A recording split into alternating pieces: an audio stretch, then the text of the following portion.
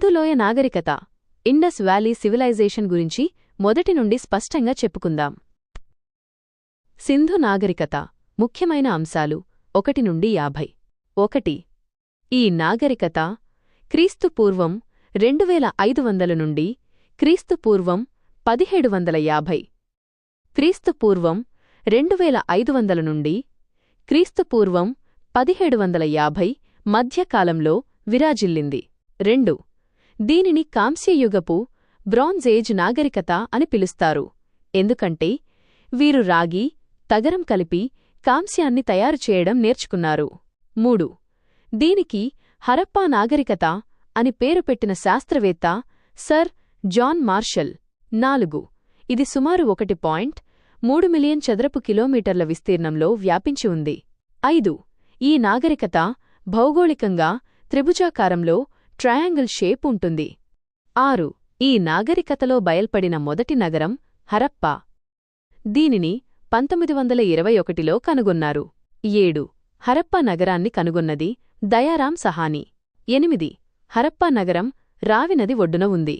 ప్రస్తుతం ఇది పాకిస్తాన్లోని పంజాబ్ ప్రాంతంలో ఉంది. 9.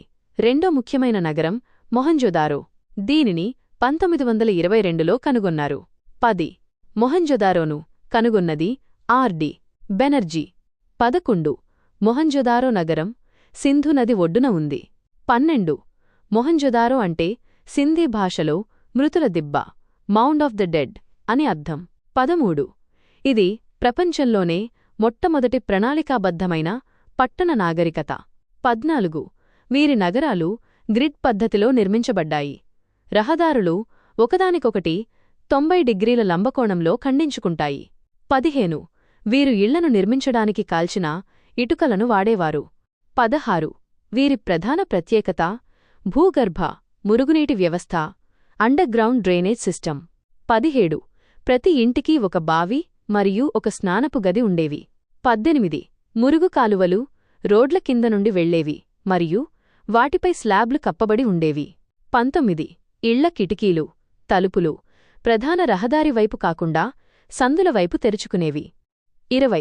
మహాస్నానవాటిక గ్రేట్ బాత్ మొహంజొదారోలో లభించింది. 21. మొహంజొదారోలో లభించిన అతిపెద్ద కట్టడం ధాన్యపు గిడ్డంగి, గ్రానరీ. 22. హరప్పాలో 6 ధాన్యపు గిడ్డంగులు ఒకే వరుసలో లభించాయి. 23.